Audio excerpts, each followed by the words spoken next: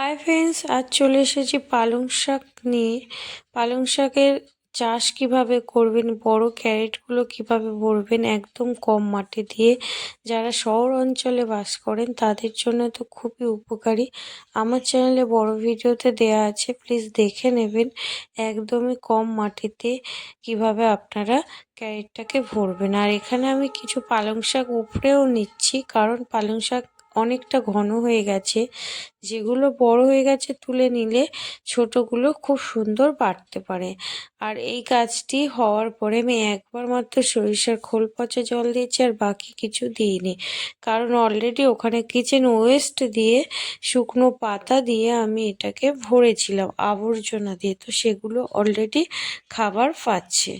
বন্ধুরা, যারা আজকের আমার ভিডিও প্রথম দেখছেন, প্লিজ সাবস্ক্রাইব করবেন, পাশে থাকা বেল বটনকে অন করে দেবেন। আমার ভিডিও নোটিফিকেশন সবার প্রথম আপনার ফোনে পৌঁছে যাবে।